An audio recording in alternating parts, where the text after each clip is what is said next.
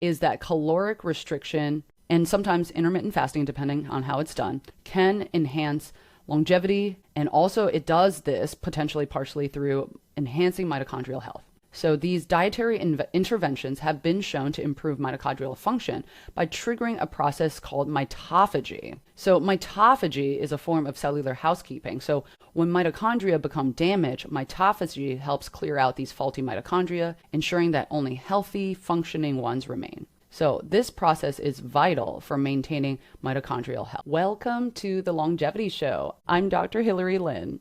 I'm a Stanford and Columbia trained internal medicine board certified physician, and I practice longevity.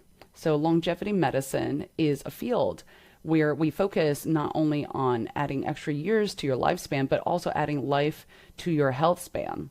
And on the Longevity Show, I talk about scientific topics and subjects that are practical and actionable for all of us. Today, I'm going to talk about another really interesting topic, which, like our prior topic on biological age, is a little bit more technical, but what I found is that by breaking it down with analogies, I hope that it might be quite accessible to everyone. Today's episode is about mitochondrial health. So your mitochondria are like powerhouses or engines that power everything in our cells. I like imagining those steamy types of powerhouses that you see in old movies or in video games. I don't think powerhouses look like that anymore. I think they look a lot more modern, but it's a good image because you've got that smoke coming out of the smokestack, and then it's powering the farms or the city or the town around it. That's a little bit of what mitochondria do. We hopefully try to decrease the pollution that is caused by mitochondria and increase the power efficiency with your mitochondrial efficiency. So that's what we're trying to do in the body, just as we want to do in regular life when we want to make our power cells, our power plants a lot more efficient and clean. Without our mitochondria, we wouldn't be able to produce the energy we need for basic functions. So truly, we need our mitochondria to survive. What's really interesting is that mitochondria used to be bacteria that were separate from humans, human cells. We weren't even humans at the point. This is way before there were human species or different types of animals. In the first living cells, as we evolved into the animals we are today, there were bacterial cells that merged symbiotically with other cells. Those are what became our ancestor cells. And they started providing energy for those cells. And they, over many evolutions, sorry to be redundant, but essentially these bacterial cells became a part of the animal cells because they were so symbiotic for each other. And that's how mitochondria came to be. So I find that incredibly interesting. And also it's practically useful because mitochondria, they actually have different DNA than what we have. So if you test for your DNA, say you're going to 23andMe or something like that, they're testing your DNA. They're not testing your mitochondrial DNA. But if you use your mitochondrial DNA, this is another fun fact. You inherit your mitochondria only from your mother. And the reason is mitochondria live in the fluid, the cell itself, the fluid of it. It doesn't live in the DNA. So if that should make sense after what I've described. So if you imagine the cell is like a big house, all the stuff in the house, like the furniture, etc., those are the organelles of the cell. So little parts of the cell. Mitochondria is like a little engine, a little generator in the corner, the stove, whatever you want to think of it as, and it comes with the house. So if you think of the egg and the sperm, the egg is the house, it's the cell, and the sperm, when it merges with the egg, it only expels its DNA. The rest of it goes away. Actually, sperm is, basically they have almost nothing. They're not like a full cell as we think of our body's cells. They really are a vehicle to send the DNA into an egg. That's their entire purpose. And they also have little flagella to help them propel along the path that they need to go to get to the egg. So that's all a sperm is. So they just donate the DNA to the egg, but the egg houses all of the parts of the cell, that house that we described, including the mitochondria. So if you know that, then it becomes pretty obvious you can't actually inherit mitochondria from your dad, your biological dad. This is really interesting because we're able to see genetically through many, many generations who's related to whom, and through the maternal path. So I just find that to be a fun side fact. That probably has nothing to do with longevity, but I find it to be really interesting. It also helps people understand what mitochondria are inside the cell and how it gets passed along through the generations. So these mitochondria, just as any generator or powerhouse or stove, they start to wear down and break down with age, with chronological age. Also with biological age. It's a hallmark of biological aging, actually, that you have this fatigue, slower recovery, and chronic disease that occurs. So what's fascinating is that by taking care of our mitochondria, we can actually slow down this process. So we actually have studies showing that when we optimize mitochondrial health, we improve not only our energy levels, but also our overall health span and lifespan.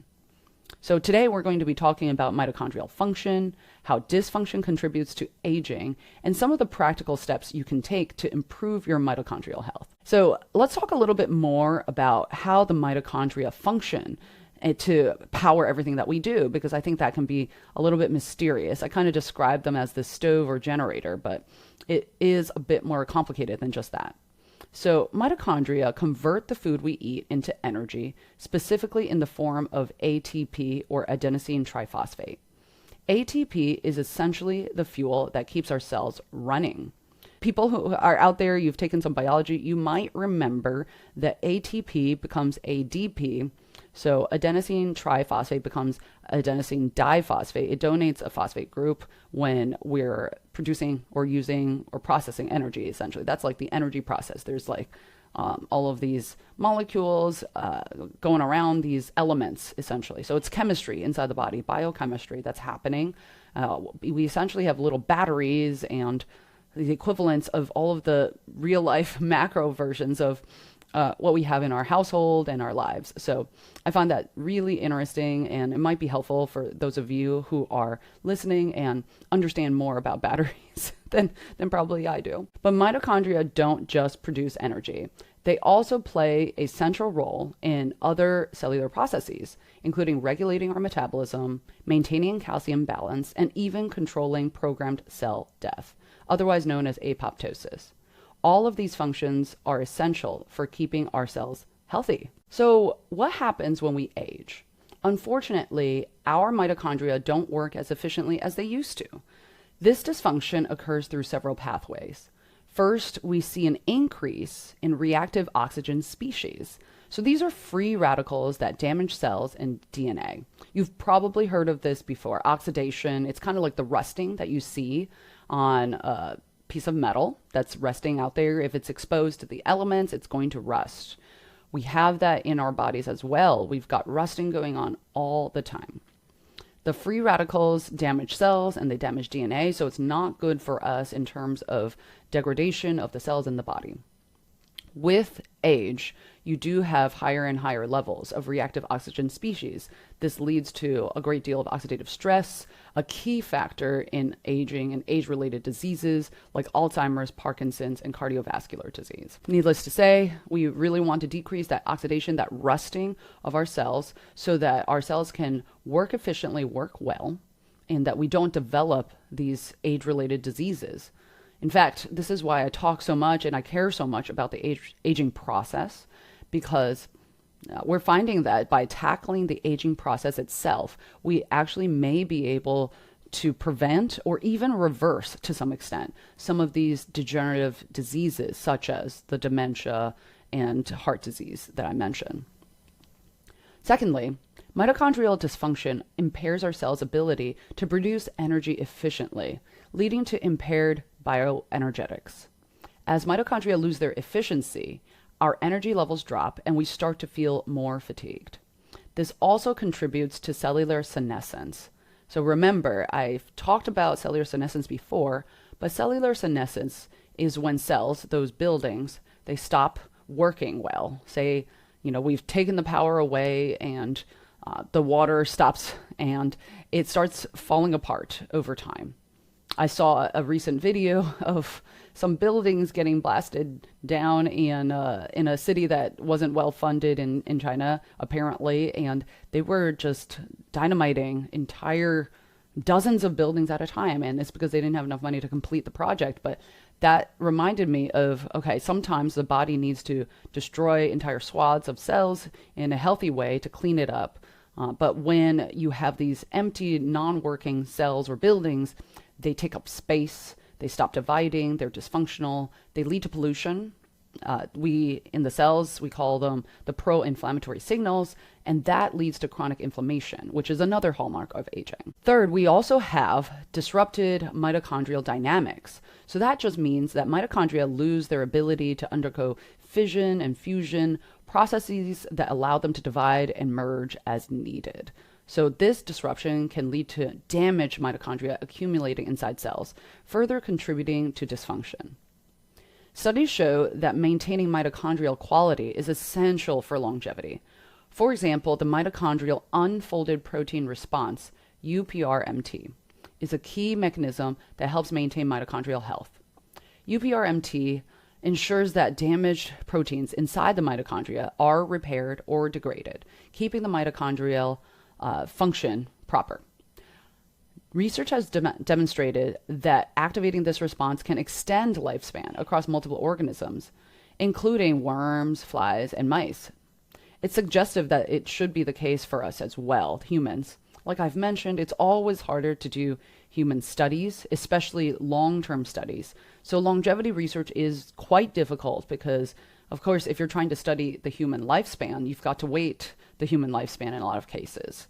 Sometimes we rely on biomarkers, so we're getting better at testing function of mitochondria, for example, to see if we can improve the function, and then trying to use other biomarkers to see if that results in reversal of biological age. So interestingly, I've given you a lot of bad news, but when mitochondria experience some stress, this is actually a good thing. So I've talked about the concept of hormesis before. So there's a Greek word, it sounds funny, but hormesis is essentially the process of stressing or challenging something so that it can get better. It's like Kelly Clarkson, what she's saying, what doesn't kill you makes you stronger. And that's the truth also at the cellular level for the mitochondria as well, the organelle level. So if you have mild mitochondrial impairment and stress, that can actually enhance overall longevity. So when the mitochondria are slightly impaired, they activate something called the adaptive stress response pathways that help the body become more resilient to further stress. So that's why, you do things like exercise. Exercise is controlled stress, controlled challenge to the body, and it helps your energy organelles, the mitochondria, as well as so many other parts of your body function better. So one of the pathways is, of course, like I mentioned, the mitochondrial unfolded protein response, the UPRMT, which we just mentioned. But there's also the P38-mediated innate immune signal, which helps improve resistance to stress and pathogens. This is similar, like I said, to how exercise helps cause stress, but ultimately make us stronger. Fasting is also theorized to cause that stress, but ultimately make us stronger and healthier. I've spoken about intermittent dosing of things like fasting and exercise and even rapamycin. We've talked about that before. Rapamycin does a little bit of what fasting does, so that's why longevity physicians sometimes prescribe it for patients. And the whole idea is you need to turn on and off these things. It's not forever. You need to be on sometimes and you need to be off sometimes. And that up and down, kind of like interval training. So I've mentioned the efficiency and value of interval training in the past. And this is a bit of why, because when you have controlled stress and controlled challenges, but then you give yourself breaks frequently, then your body is actually just pushing a little bit against its limits, but then it's coming back in such a way that doesn't damage it. You don't want to injure any part of your body, and that also includes your cells, to the point that they can't function well anymore. So this all suggests that by carefully modulating mitochondrial function, we could potentially extend lifespan. So there are researchers investigating compounds that mimic mild mitochondrial stress to trigger these protective pathways, potentially leading to increased longevity and improved health span. So let's talk about a really popular topic and what really started longevity research to begin with. One of the most well-known studied facts is that caloric restriction and sometimes intermittent fasting, depending on how it's done, can enhance longevity. And also it does this potentially partially through enhancing mitochondrial health. So these dietary interventions have been shown to improve mitochondrial function by triggering a process called mitophagy. So mitophagy is essentially a form of cellular housekeeping. When mitochondria become damaged, mitophagy helps clear out these faulty mitochondria. So if you recall the term autophagy, autophagy means self-eating. So that was the process where we clean house in the cell. We're like, okay, this chair is kind of falling apart. We're going to throw it away and replace it with a better one. And the cell is really smart. It can even take other cells' chairs that have been refurbished and then put them back in. So the same thing happens with mitochondria. Mitophagy is just clearing out the bad ones and then only ensuring the healthy, good ones remain. So this process is vital for maintaining mitochondrial quality as we age. Caloric restriction has been studied extensively in animals, so the results are really consistent. Caloric restriction does slow down aging. It reduces the risk of age-related diseases and extends lifespan. So human studies are still ongoing. It's really, really hard to do. It turns out because when you calorically restrict, you're going down to something like 1,000 calories a day forever.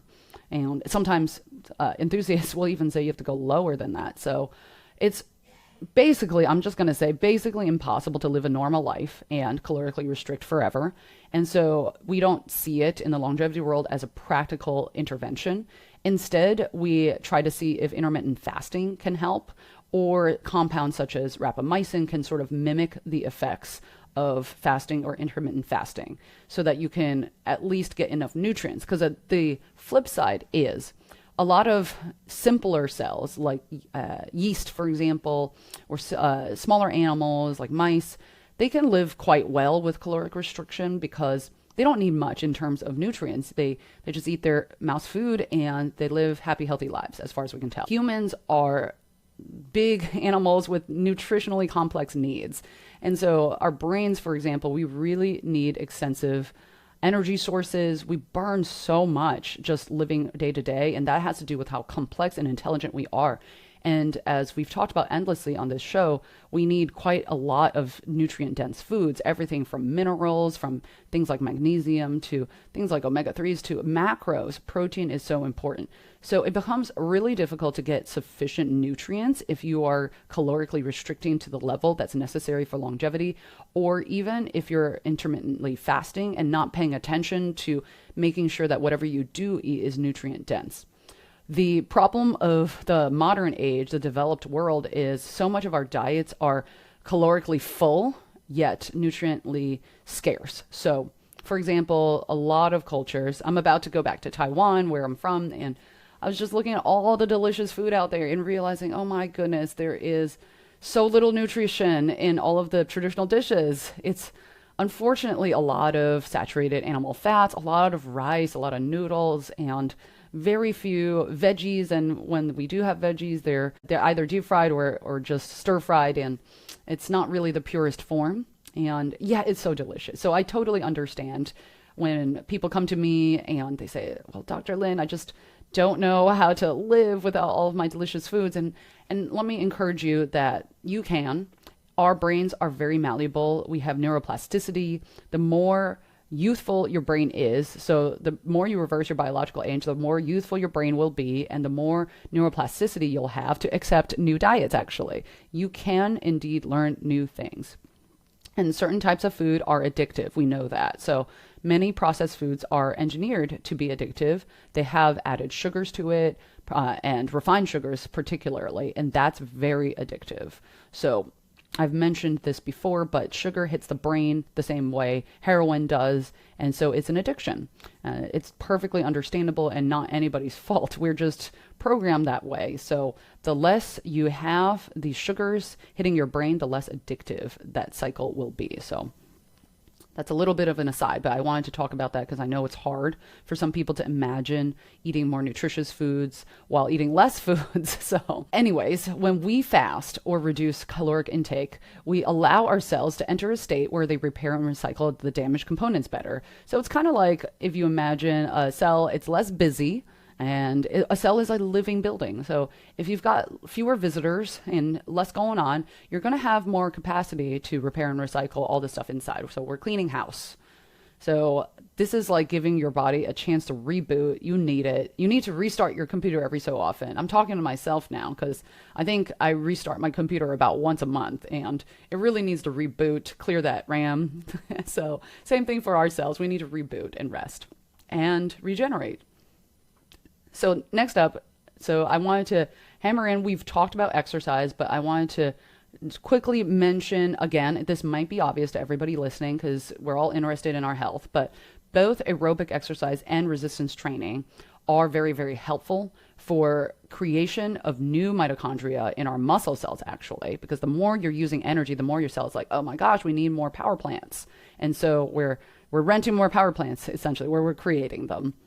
And muscle building, obviously, as well, increases your mitochondrial density and improves energy efficiency.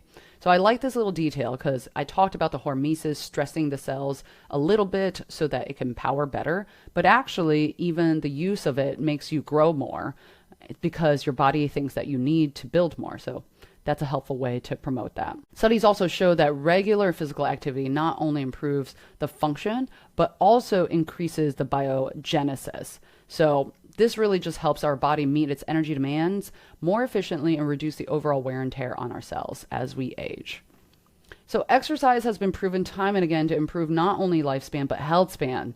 So definitely you want to exercise, keep your mitochondria and your body functioning really optimally. All right, so this is the topic that everybody wants to hear. I know it's really attractive.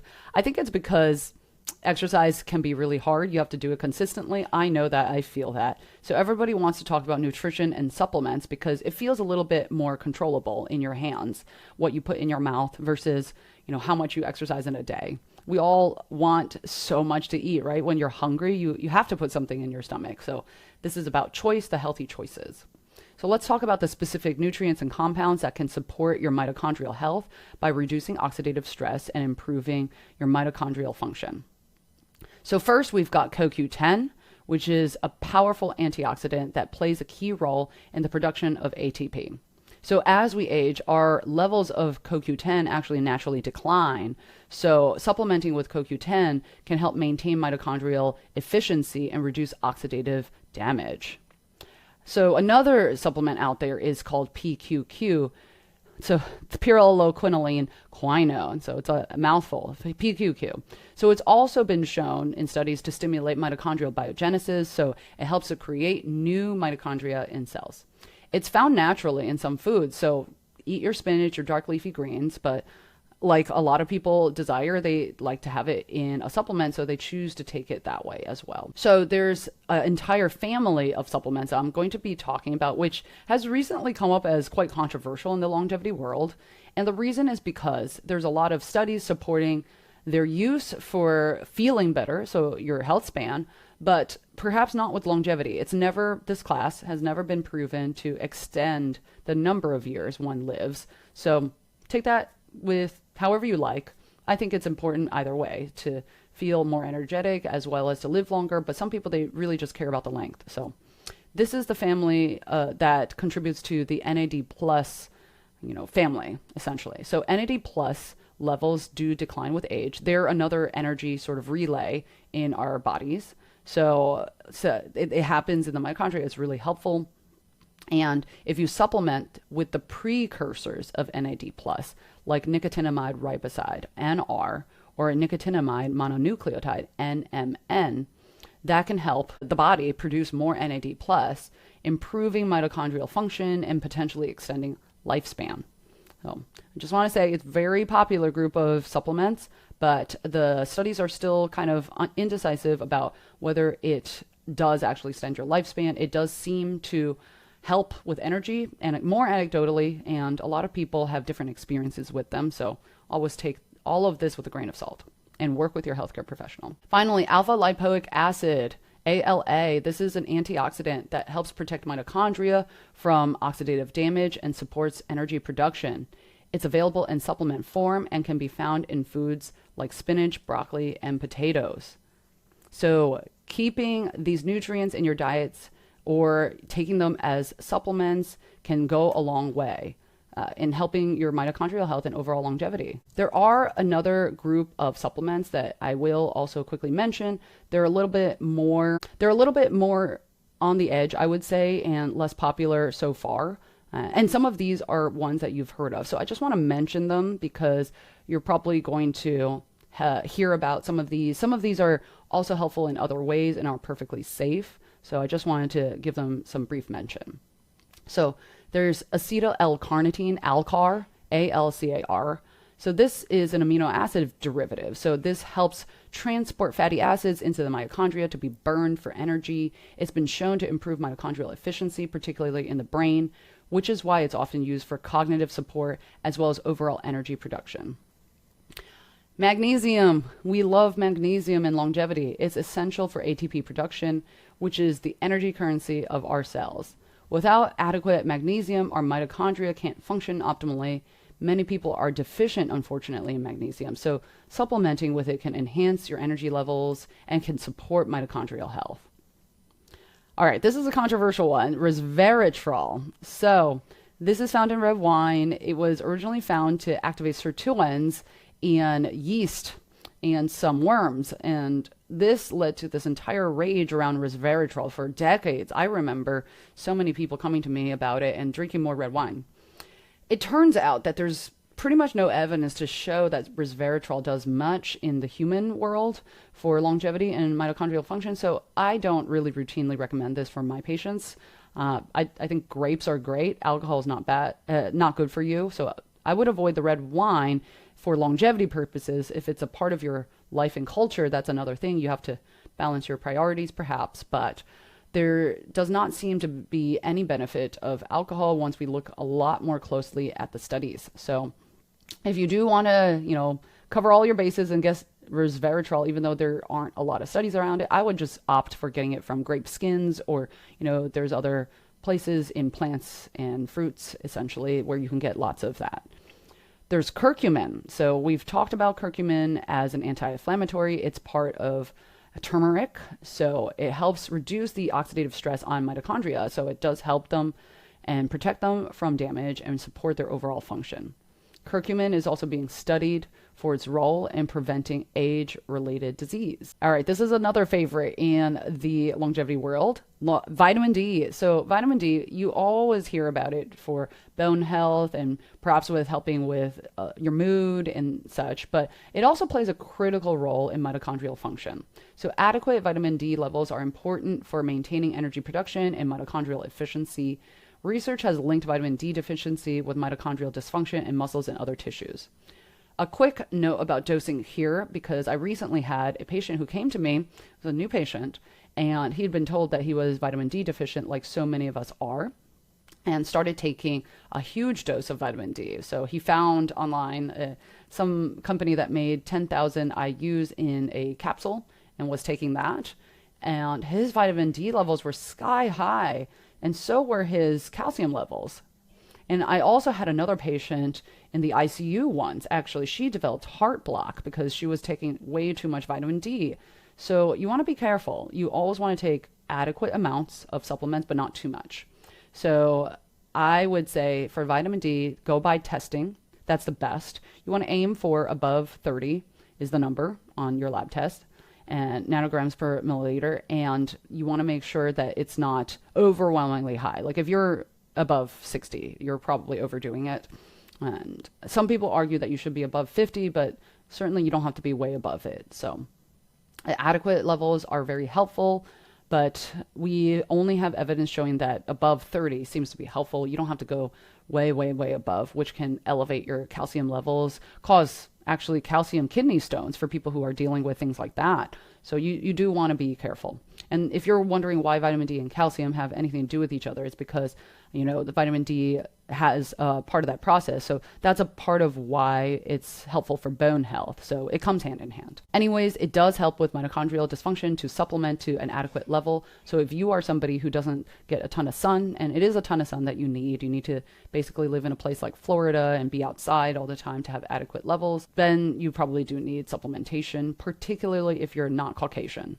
So I myself, I'm Asian, and even the fairer skinned non-Caucasians, we have enough melanin basically that blocks the vitamin D absorption from the sun, such that almost every single non-Caucasian person I've ever tested has needed some supplementation. It's probably also due to the fact that we all have very indoor lives nowadays. So just something to note.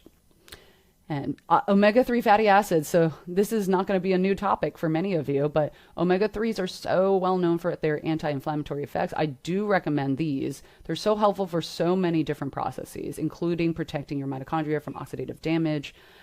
Studies have also shown that omega-3 supplementation does directly improve mitochondrial function, particularly in the heart and the brain, arguably our most vital organs.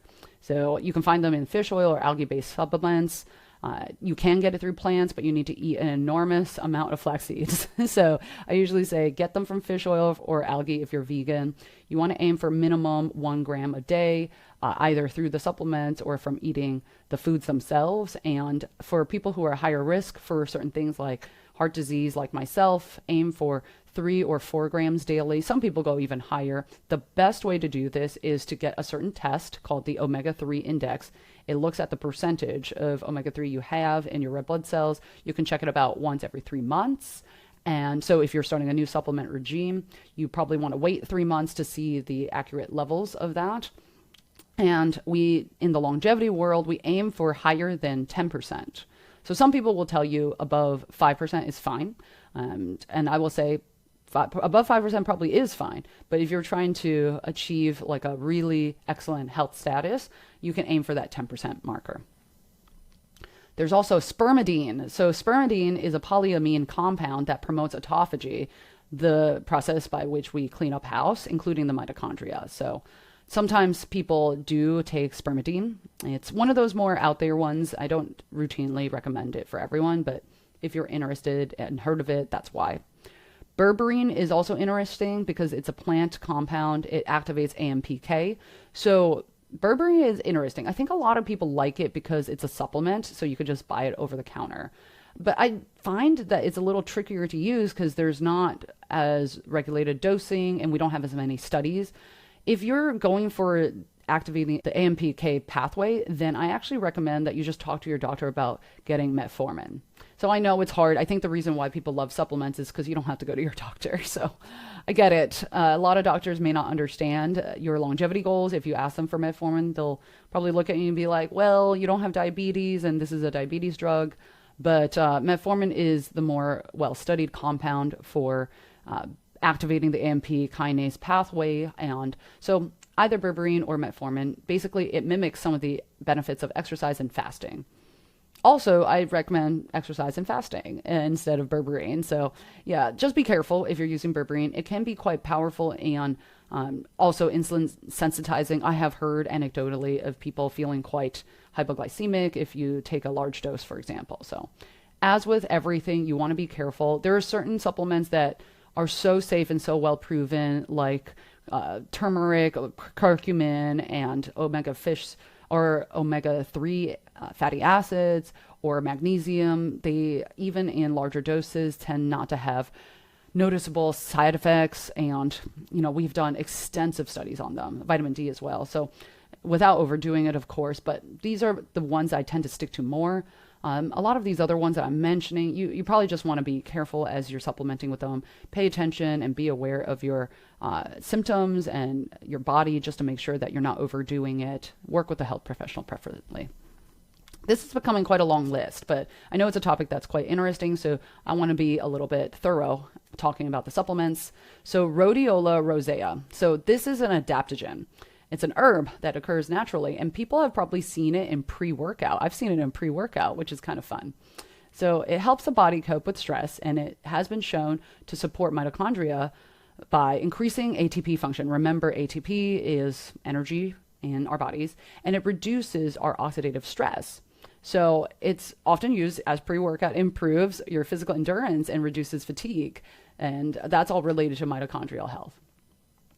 Quercetin. So we've talked about this before, but I love this because quercetin is found in a very popular food, onions. It's a flavonoid with antioxidant properties. It protects your mitochondria from oxidative damage. It also stimulates mitochondrial biogenesis.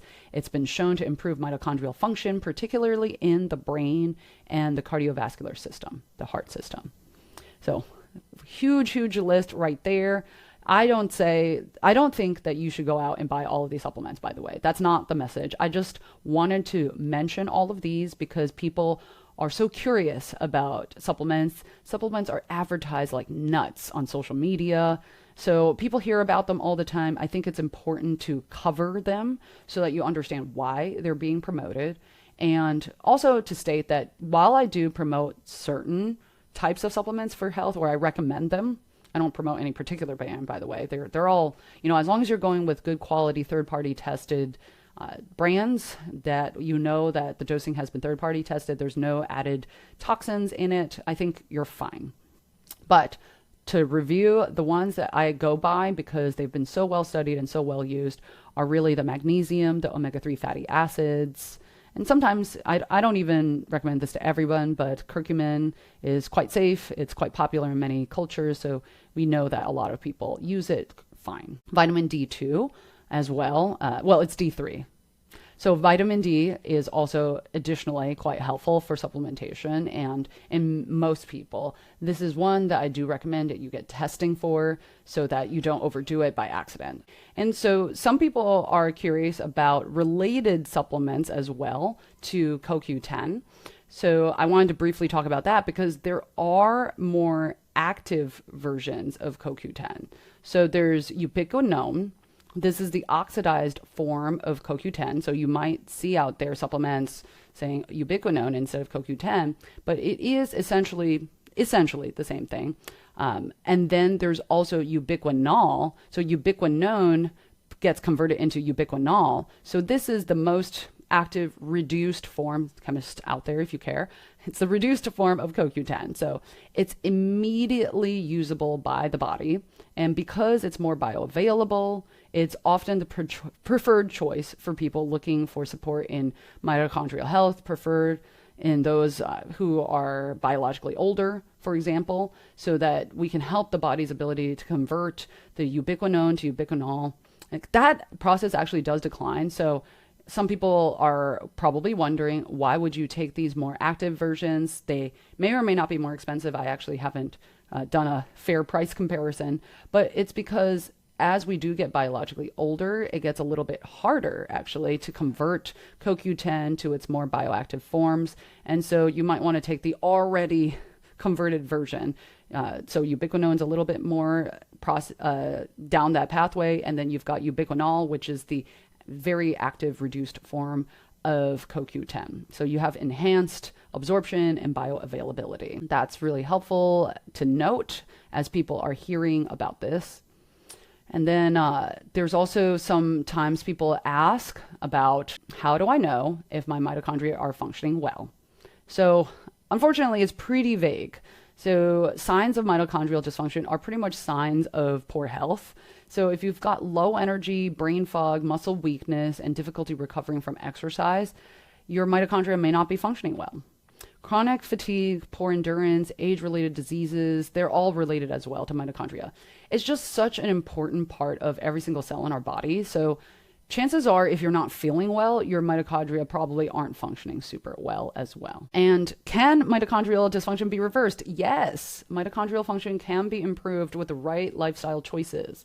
So like we've mentioned, exercise, eating just enough, not too much, some intermittent fasting perhaps, and certain supplements like we've mentioned could really promote mitochondrial biogenesis, mitophagy, and reduce oxidative damage. So I've stated this in past episodes, but the younger you are biologically, the more you're able to do things efficiently. So I love the field of longevity because it's the field of trying to prevent further biological aging, essentially. because biological aging leads to the decline of a lot of these processes. And when you've got the decline of processes, you get further biological aging and then more decline. So it's this vicious cycle. We're trying to cut that vicious cycle in the middle and reverse it to be a virtuous cycle. Be healthier, be biologically younger, and then be more healthier. So it's a great cycle that we're trying to promote. So the diet, so to summarize, we talked a lot about diet for promoting mitochondrial health. So high levels of antioxidants and healthy fats. You do need healthy fats. Fats are not bad. You just need the healthy ones. So mostly the plant-based or, for example, fish-based healthy fats, polyunsaturated fats are really helpful for you. They support mitochondrial health. Intermittent fasting, Mediterranean style diets are also really helpful for enhancing mitochondrial function. Quickly review the key supplements that we've mentioned, the different types of CoQ10, ubiquinol, PQQ, NAD plus precursors, ALA, acetyl L-carnitine, omega-3 fatty acids. They're all really helpful. There's additionally the ones like the magnesium and the vitamin D that are extremely helpful that I talk about all the time. And finally, there's questions about, does stress affect your mitochondrial health? Absolutely. So if you are chronically stressed, you are increasing your oxidative stress and inflammation. Your mitochondrial function is declining. So we didn't talk about this nearly enough today, but mindfulness, meditation, and proper sleep are crucial for maintaining your mitochondrial health. Our brain health is so deeply tied to our mitochondria as well. So I mentioned a little bit about this, but just to nail it home, your dysfunctional mitochondria can contribute to neurodegeneration. That means dementia, that means Parkinson's. So we do need to support our mitochondrial health to maintain cognitive function and reduce the risk of brain-related diseases. So I think that is an immense amount of information for today. Maybe the last quick, really important fact that I think might be really relevant to a lot of listeners out there is, how does mitochondrial health relate to weight loss and metabolism? So we talk about energy a lot, and you've heard the word metabolism a lot with regards to weight loss, weight gain, and so forth. And yes, your mitochondria are central to metabolism and energy balance. When mitochondria are functioning well, the body burns fat more efficiently. You are more metabolically flexible. So you can flex from burning sugars to burning fats. And then metabolism stays high, quote unquote. So when you have impaired mitochondrial function, that slows down what we think of as our metabolism, and it makes weight loss harder. It's evolutionarily theorized to be because when your body is stressed, your body's evolved to survive at all costs. So short-term survival can be bad for long-term survival. So we're packing on extra adipose tissue to help us get through a hard time. Perhaps it's a famine, your body is thinking. And so in this case, your body actually gets very dependent on storing body fat instead of burning it. It doesn't know that you can burn it, that you'll be safe after burning it and not be starving. So that's the reason why this mechanism is in place. It's actually there to protect us. So to keep it healthy, you want to keep your mitochondria healthy. It's really important. And interesting side note, I'm going to dig into this in an entire episode of its own. But if you have a healthy metabolic system, then you will have healthy metabolic health and vice versa. So what I mean by that is we talk about metabolic syndrome and metabolic dysfunction quite often. And it's so vital to understand this for longevity. When you have metabolic dysfunction, your body essentially is unable to use fat as energy as well, and it's trying to store fat, and you're eating all this sugar, or perhaps just a little bit of sugar. This is when insulin resistance comes into play, and then you're storing all that fat instead of burning it. You want to develop what we call metabolic flexibility, which is when you're able to burn fat very easily rather than just sticking to burning the sugars that you've eaten so much of and storing all of your fat. So when we say we want to reverse metabolic disorder, we want to be metabolically healthy, that's what we're talking about. We want to be able to burn fat in addition or as an alternative to sugar readily. All right, so I know if I keep talking, I'm going to discuss an entirely new topic about metabolic function and flexibility, which is so important, but it deserves its own time. So Thank you so much again for joining me on the Longevity Show. Today, we learned about mitochondrial health and why it's so important. I think we also dug into, at a great deal, why mitochondrial health is at the core of why exercise is important, sleep is important, eating certain nutrients is important. So hopefully that helps support all of your health goals out there. You can find me everywhere at Hillary Lynn MD. My blogs are at hillarylynnmd.com. Feel free to subscribe. I'm actually going to send out a newsletter later today. So if you subscribe now, if you're listening live, you'll get the full download. So thank you for listening, and I'll see you next time.